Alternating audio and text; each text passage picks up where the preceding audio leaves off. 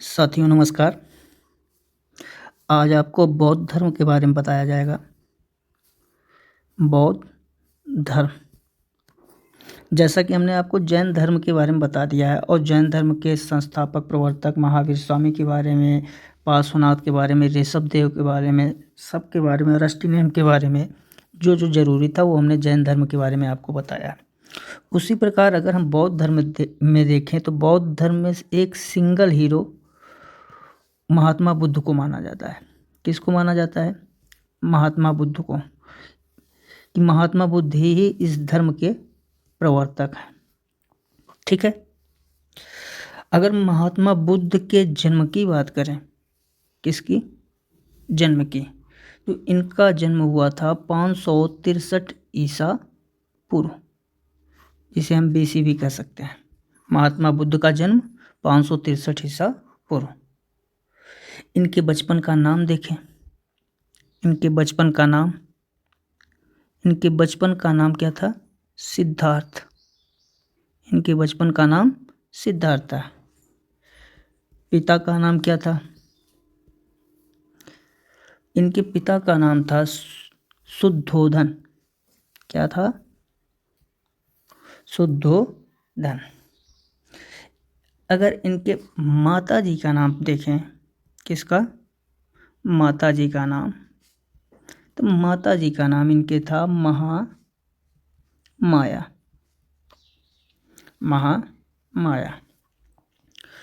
गौतम बुद्ध का अगर जन्म देखें तो इनका जन्म हुआ था 563 ईसा पूर्व में। इनके बचपन का नाम सिद्धार्थ था। इनके पिता का नाम शुद्धोधन था और इनके माता जी का क्या नाम था? महामाया। ठीक। फिर अगर इनके मौसी की बात करें, मौसी, तो इनकी मौसी थी प्रजापति गौतमी।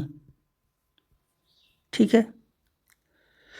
चूंकि जब इनका जन्म हुआ था उसके बाद इनकी माता महामाया की मृत्यु हो गई, तो इन्होंने ही बुद्ध को पाला था।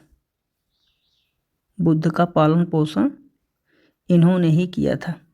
ठीक।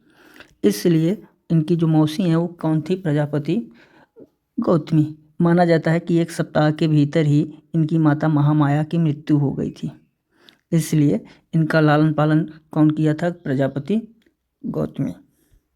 इनकी गौतम बुद्ध की पत्नी का नाम यशोधरा था। क्या था? यशोधरा, जो 16 वर्ष की उम्र में इनकी शादी हो गई थी। 16 वर्ष की उम्र में यशोधरा की शादी किससे हो गई थी? गौतम बुद्ध से हो गई थी और एक बेटा हुआ। एक बेटा जिसका क्या नाम था? राहुल। क्या नाम था? राहुल। ठीक है। शुद्धोधन के अगर कुल की बात करें तो शुद्धोधन शाक के कुल के राजा थे। किस कुल के? शाक के कुल के राजा थे। और जो महामाया थी वो लिच्छवी नरेश के गणराज्य की थी, लिच्छवी गणराज्य की, जिसके साथ इनके शुद्धोधन की शादी हुई और उनके बेटे गौतम बुद्ध, जिनका बचपन का नाम सिद्धार्थ, इनका जन्म 563 ईसा पूर्व में, इनके बचपन का नाम सिद्धार्थ था। इनके मौसी का नाम प्रजापति गौतमी था। इनके पत्नी का नाम यशोधरा और इनके बेटा का नाम राहुल था। इतना आप लोग समझ गए अच्छे से? ये तो हुआ इनका नॉर्मल परिचय।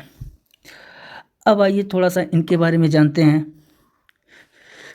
एक तरह से अगर हम गौतम बुद्ध को देखें तो गौतम बुद्ध जन्म के बाद एक दिन ये अपने साम्राज्य घूमने के लिए निकले। जब ये साम्राज्य घूमने के लिए जाते हैं तो उन्होंने 4 चीज़ देखा। क्या देखा? 4 चीज़। क्या क्या? पहला तो उन्होंने वृद्ध व्यक्ति देखा। फिर उन्होंने बीमार व्यक्ति। फिर उन्होंने एक शव देखा। उस शव को 4 लोग अपने कंधे पे लटका के ले जा रहे हैं। और फिर एक उन्होंने सन्यासी देखा। उन्होंने देखा कि जीवन में जो वृद्ध व्यक्ति था वो बहुत दुखी था जीवन से, बीमार व्यक्ति भी दुखी था जीवन से, और जीवन का सत्य जब उन्होंने देखा कि लास्ट स्टेज शव ही है, तब उन्हें थोड़ा सा उनका मन विचलन की ओर भागा कि ये जीवन का सत्य क्या है। फिर जाके जब वो सन्यासी को देते हैं तो सन्यासी बड़ा सुकून भरा जिंदगी अपना जी रहा होता है। भाई उनके पास क्या है, सन्यासी के पास, वो तो भगवान में ही मस्त हैं, तो वो एकदम सुकून भरी ज़िंदगी जीते रहते हैं। तो फिर उन्होंने जब देखा सन्यासी को कि इतना खुश, इतना किसी का न लोभ न मोह न माया, न बेटा न बेटी न स्त्री न राज न पाठ, तो उनका जो मन है वो मन राजपाट से क्या हुआ, विचलित हो गया। क्या हुआ, विचलित हो गया। जब उनका मन राजपाट से विचलित हो गया तो वो रात्रि में अपने पत्नी को, बेटे को, सबको छोड़कर चले गए। ऐसे दर दर भटकते रहे, भटकते भटकते भटकते भटकते वो पहुँचे। फिर उन्होंने एक पीपल वृक्ष के नीचे तपस्या करना स्टार्ट करी, पीपल वृक्ष के नीचे तपस्या करना स्टार्ट करी। और 29 वर्ष की आयु में, कितने वर्ष की आयु में, 29 वर्ष की आयु में इन्हें ज्ञान की प्राप्ति हुई। किसकी प्राप्ति हुई, ज्ञान की प्राप्ति हुई। जब इन्हें ज्ञान की प्राप्ति हो गई, तो जब इन्हें ज्ञान की प्राप्ति हो गई तो कहा जाता है कि इनके पिताजी, चूँकि ये अकेले बेटे थे सिद्धार्थ, तो कहा जाता है कि इनके पिताजी जो सेना भेजे थे कि चलो, वो सेना लोग आए, इनको बार बार कहा कि चलो अपना राजपाट संभालो, लेकिन इन्हें तो ज्ञान की प्राप्ति हो ही चुकी थी, तो ये मना कर देते हैं कि अब हमें नहीं जाना है, अब हमारे लिए यही है, जो कुछ भी है यही है। अगर इनके गुरु की बात करें तो फिर वहाँ से ये दशा होती है कि ये ज्ञान की प्राप्ति होती है पीपल वृक्ष के नीचे। उसी को कहा जाता है कि पूर्ण ज्ञान बोधि वृक्ष, इसी पीपल के वृक्ष को ही कहा जाता है बोधि वृक्ष। ये ध्यान देने योग्य बात है, यहाँ से प्रश्न आया हुआ है कि बोधि वृक्ष क्या है। बोधि वृक्ष क्या है, बोधि वृक्ष एक प्रकार का पीपल का वृक्ष है जहाँ पर गौतम बुद्ध ने अपना ज्ञान प्राप्त किया था। ठीक, तो ये हुआ वैराग्य। अगर इनके उपदेश की बात करें, इन्होंने प्रथम उपदेश कहाँ दिया, तो इन्होंने प्रथम उपदेश दिया सारनाथ में। कहाँ दिया, सारनाथ में। और जो प्रथम उपदेश इन्होंने सारनाथ में दिया उसी को कहा जाता है धर्मचक्र प्रवर्तन। धर्मचक्र प्रवर्तन, ये भी प्रश्न आया हुआ है। महात्मा बुद्ध का प्रथम उपदेश कहाँ हुआ था, तो पहला उत्तर यह है सारनाथ। दूसरा यह है कि महात्मा बुद्ध का प्रथम उपदेश किस नाम से जाना जाता है, महात्मा बुद्ध का प्रथम उपदेश धर्मचक्र प्रवर्तन के नाम से जाना जाता है। ठीक है, आगे आइए देखते हैं। अगर इनके गुरु की बात की जाए, महात्मा बुद्ध के गुरु कौन माने जाते हैं, तो रुद्रकराम इनके गुरु माने जाते हैं। रुद्रकराम को इनका गुरु माना जाता है। इन्होंने योग दर्शन की दीक्षा दी है गौतम बुद्ध को। ऐसा माना जाता है कि रुद्रकराम को योग दर्शन की शिक्षा गौतम बुद्ध को दिया गया। ठीक, अब थोड़ा सा इनके जो दुख था उस दुख को समाप्त करने के लिए बुद्ध ने अष्टांगिक मार्ग बताए हैं। कितने मार्ग बताए हैं, अष्टांगिक मार्ग। आइए ध्यान देते हैं कि वो अष्टांगिक मार्ग क्या है। अष्टांगिक मार्ग, चूँकि बुद्ध को जब दुख हुआ तब उनके मन में वैराग्य की भावना आई और 29 वर्ष की आयु में जब ये ज्ञान को प्राप्त कर लिए तो इन्होंने उस दुख को समाप्त करने के 8 मार्ग बताए हैं। कितने मार्ग, 8 मार्ग। वो कौन कौन से हैं, आइए देखते हैं। पहला सम्यक वाक, सम्यक वाक। ठीक, दूसरा सम्यक दृष्टि, सम्यक वाक, दूसरा सम्यक दृष्टि, तीसरा सम्यक कर्मांत, चौथा सम्यक संकल्प, पांचवा सम्यक आजीव, छठा सम्यक स्मृति, सातवां सम्यक व्यायाम और आठवां सम्यक समाधि। गौतम बुद्ध के 8 मार्ग कौन कौन से हैं? सम्यक वाक, सम्यक दृष्टि, सम्यक कर्मांत, सम्यक संकल्प, सम्यक आजीव, सम्यक स्मृति, सम्यक व्यायाम और सम्यक समाधि। यहाँ तक हो गया। अब बुद्ध के त्रिरत्न थे। बुद्ध के त्रिरत्न कौन कौन से थे? त्रिरत्न। तो बुद्ध के त्रिरत्न थे बुद्ध धम्म संघ। पहला बुद्ध, दूसरा धम्म और तीसरा संघ। ये बुद्ध के, ये जो बुद्ध था ये क्या कहता था? बुद्धम शरणम शरणम गच्छामि। ये आप कभी बौद्ध धर्म वाले लोगों को देखे होंगे तो वो ऐसे कहते हैं बुद्धम शरणम गच्छामि, धम्मम शरणम गच्छामि, ऐसे करते होंगे। तो ये यही है। त्रिरत्न उनके कौन कौन से हैं? बुद्धम शरणम गच्छामि, धम्मम शरणम गच्छामि और संघम शरणम गच्छामि। संघम शरणम गच्छामि। ठीक। अब आइए इनके जो धर्म थे, वो धर्म समाज के लिए बुद्ध ने बहुत से दर्शन दिए। समाज को इन्होंने कहा कि आप जो बाह्य आडंबर है उन सब बाह्य आडंबरों से अपने आप को बचाइए, क्योंकि ये संसार अगर आप अपने इन्हीं आडंबरों में भरे रहेंगे तो ये संसार जो है दुखों से भरा हुआ है। संसार में दुख ही दुख है। और फिर इन्होंने कहा हर एक दुख का कोई ना कोई कारण है, और सभी दुखों का जो कारण है वो क्या है? इच्छा, लालच। सभी दुखों का जो कारण है वो कारण क्या है? लालच है। अगर हम आप इस लालच पे नियंत्रण पा लें तो हमारे दुख कम होंगे कि नहीं होंगे? आप बताएं। अगर एक यही लालच जो है, इस लालच पे हम आप कोई भी इंसान नियंत्रण कर ले तो हमारे सब दुख का निवारण हो जाएगा। सब दुख का क्या हो जाएगा? निवारण। क्योंकि सारे दुखों का मूल जड़ ये ईर्ष्या ही है, तृष्णा ही है। जितना तृष्णा हमारी जागृत होगी उतना ही हम दुखी होते चले जाएंगे। अगर हम इस लालच पे कंट्रोल कर लें तो हमारे सारे दुख का निवारण यही है। ठीक।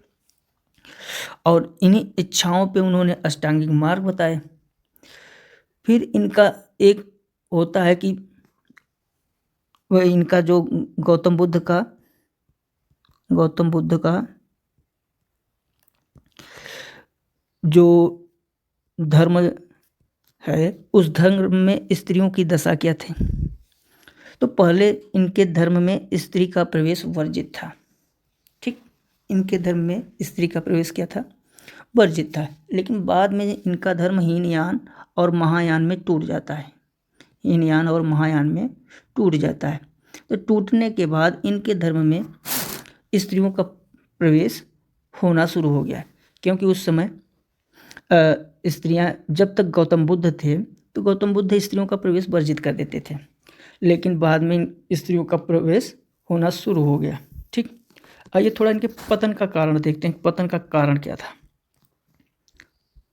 पतन के कारण मतलब बौद्ध धर्म के पतन के कारण क्या थे?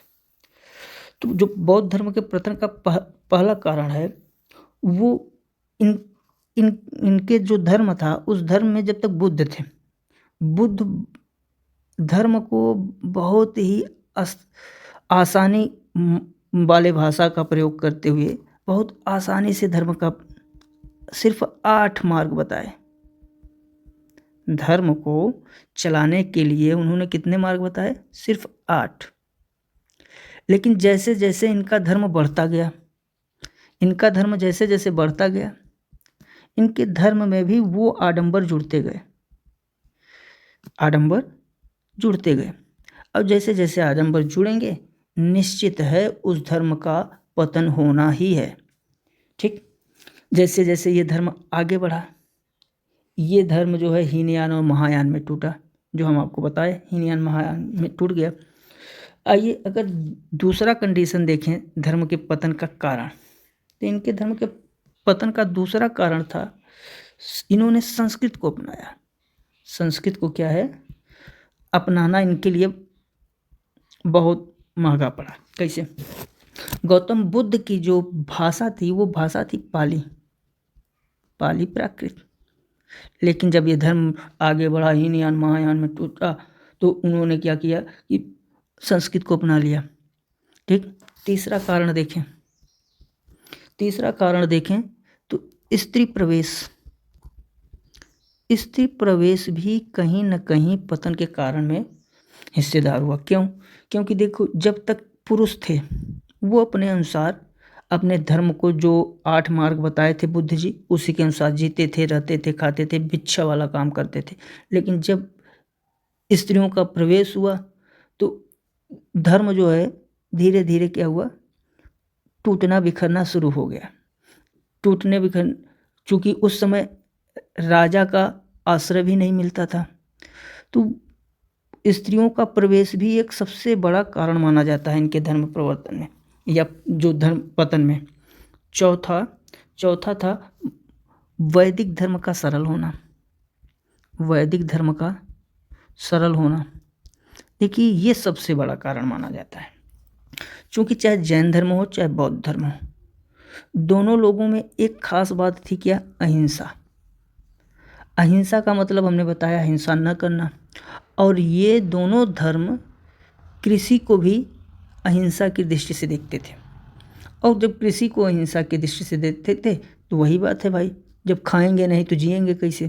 तो इसलिए वैदिक धर्म इन सब से कहीं सरल था। वो कृषि को इस ढंग से अहिंसा के रूप में नहीं देखता था, इसलिए इसका सरल होना भी बहुत बड़ा पतन का कारण था। 5वां देखें, तुर्क आक्रमणकारी जो थे, वो तुर्क आक्रमणकारी उस समय इन गौतम बुद्ध के स्थलों को बर्बाद किए। बहुत ज़्यादा स्थल जो यहाँ वहाँ मंदिर बौद्ध मठ बने थे उन सबको बर्बाद किया। ये सब भी बहुत पतन का कारण था। ठीक। आइए थोड़ा बुद्ध के उपदेश देखें। बुद्ध के उपदेश क्या थे? बुद्ध के उपदेश, तो अगर इनका उपदेश देखें तो बुद्ध के उपदेश 3 जगह मिलते हैं। सुत्त पिटक, दूसरा विनय पिटक और तीसरा अभिधम्म पिटक। सूत पिटक, विनय पिटक, अभिधम्म पिटक। ठीक। फिर आइए थोड़ा सा ये देखते हैं कि सुत्त पिटक में क्या है। सुत्त पिटक में उपदेश है। गौतम बुद्ध ने जो उपदेश दिया है वो कहाँ है? बुद्ध के उपदेश सुत्त पिटक में है। और विनय पिटक में क्या है? इसमें जो बौद्ध संघ के लोग थे उनके द्वारा बनाए गए जो नियम थे, संघ के नियम, वो विनय पिटक में है। और अभिधम्म पिटक बुद्ध के कहानियों का वर्णन है, कहानियों का संकलन या वर्णन। ठीक। तो ये इनके बुद्ध के उपदेश के 3 पिटक कौन कौन से? सुत्त पिटक, विनय पिटक और अभिधम्म पिटक। आइए थोड़ा सा इनका देखें कि इनका जो गृह त्याग था वो क्या कहलाया। तो अगर इनका देखें, जन्म का एक चिन्ह है, जन्म का चिन्ह है कमल। गौतम बुद्ध के जन्म का चिन्ह क्या है? कमल। गृह त्याग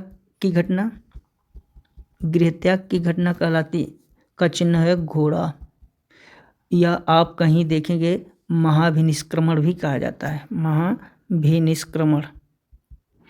ठीक। इनके गृह त्याग की घटना महाभिनिष्क्रमण के कहा जाता है। और ज्ञान प्राप्ति की जो घटना है, ज्ञान प्राप्ति की घटना, तो इनके ज्ञान प्राप्ति की घटना को संबोधन या बोध ज्ञान भी कहते हैं। या बोधि वृक्ष के जगह था ना, बोधि वृक्ष, पीपल के वृक्ष के नीचे बोधि वृक्ष, जिसको हम लोग एक और नाम से जानते हैं धर्मचक्र प्रवर्तन। ये प्रथम उपदेश के लिए भी यूज करते हैं। प्रथम उपदेश की बात को अगर हम देखें तो किसमें कहा गया है, धर्मचक्र प्रवर्तन में। ठीक, उसके बाद इनके समृद्धि की बात करें, चिन्ह की बात करें तो समृद्धि का चिन्ह प्रतीक इनका क्या था, शेर। निर्वाण, निर्वाण का प्रतीक चिन्ह क्या था, पद चिन्ह, पद चिन्ह। और इनके मृत्यु, मृत्यु का जो पद चिन्ह है वो क्या है, महापरिनिर्वाण की घटना, परिनिर्वाण। ठीक, इनके मृत्यु का पद चिन्ह महापरिनिर्वाण। ठीक, ये चीज़ आप लोग ध्यान दीजिएगा। और इनकी मृत्यु कब हुई थी, 483 BC में। कब हुई थी, 483 BC में। आइए थोड़ा जैन धर्म और बौद्ध धर्म में समानता देखते हैं। जैन धर्म एवं बौद्ध धर्म में समानता, समानता। अगर समानता देखें तो चाहे जैन धर्म हो चाहे बौद्ध धर्म हो, दोनों ईश्वर के अस्तित्व मतलब नास्तिक प्रवृत्ति, ईश्वर के अस्तित्व को नकार देते थे। ठीक, अगर दूसरा, मूर्ति पूजा का विरोध दोनों धर्म करता है, मूर्ति पूजा दोनों धर्म विरोधी हैं। तीसरा अगर देखें, कर्मकांड के विरोधी हैं। इन्हीं पे तो इन धर्मों का उदय हुआ था। कर्मकांड में जो आडंबर आए थे उसी कारण उदय हुआ था, तो कर्मकांड के भी विरोधी हैं। ठीक, पुनर्जन्म में दोनों धर्म विश्वास रखते हैं, पुनर्जन्म में दोनों धर्म विश्वास रखते हैं, पुनर्जन्म में विश्वास दोनों धर्मों का है। ठीक, और दोनों धर्म कहाँ से टूटे थे, हिंदू धर्म से टूटे थे। फिर और देखें, अंतर देखें तो कुछ प्रमुख अंतर भी होगा, तभी तो दोनों धर्म उदय हुए। तो अगर अंतर की बात करें तो आइए इनका अंतर देखते हैं। बौद्ध धर्म में क्या था कि बौद्ध धर्म में मोक्ष की इच्छा प्रबल थी बौद्ध धर्म में। और जैन धर्म में क्या था, आत्मा, आत्मा जो थे वो ये सबसे बड़ी बाधा मोक्ष के लिए आत्मा को माना गया। मोक्ष के लिए सबसे बड़ी बाधा किसे माना गया, आत्मा को, जैन धर्म में। और बौद्ध धर्म में मोक्ष के लिए सबसे बड़ी बाधा किसको माना गया था, इच्छा को। मतलब इनके लिए सबसे बड़ा मूल दुख का कारण क्या था, तृष्णा। और जैन धर्म में आत्मा ही सबसे बड़ी बाधा थी मोक्ष के लिए। ठीक, और दूसरा देखें कि ज्ञान प्राप्ति को, ज्ञान जो प्राप्ति थी, ज्ञान की प्राप्ति बौद्ध धर्म में क्या था, जो ज्ञान की प्राप्ति थी उसी को मोक्ष माना जाता था। और जैन धर्म में जो ज्ञान की प्राप्ति थी उसे कैवल्य कहा जाता था। ठीक, ये कुछ हैं जो इन दोनों में प्रमुख अंतर है। और थोड़ा बहुत है 4-5 मिनट का, जो हम आपको अगले वीडियो में बताएंगे। तब तक के लिए आप लोग इतना याद कर लीजिए और अच्छे से रिवाइज कर लीजिए। और नेक्स्ट वीडियो में हम इनके प्रमुख कुछ जो घटनाएं होंगी उसके बारे में बताते हुए शैव वैष्णव धर्म की बात करेंगे। तब तक के लिए स्वस्थ रहें, सुरक्षित रहें। जय हिंद, जय भारत, नमस्कार।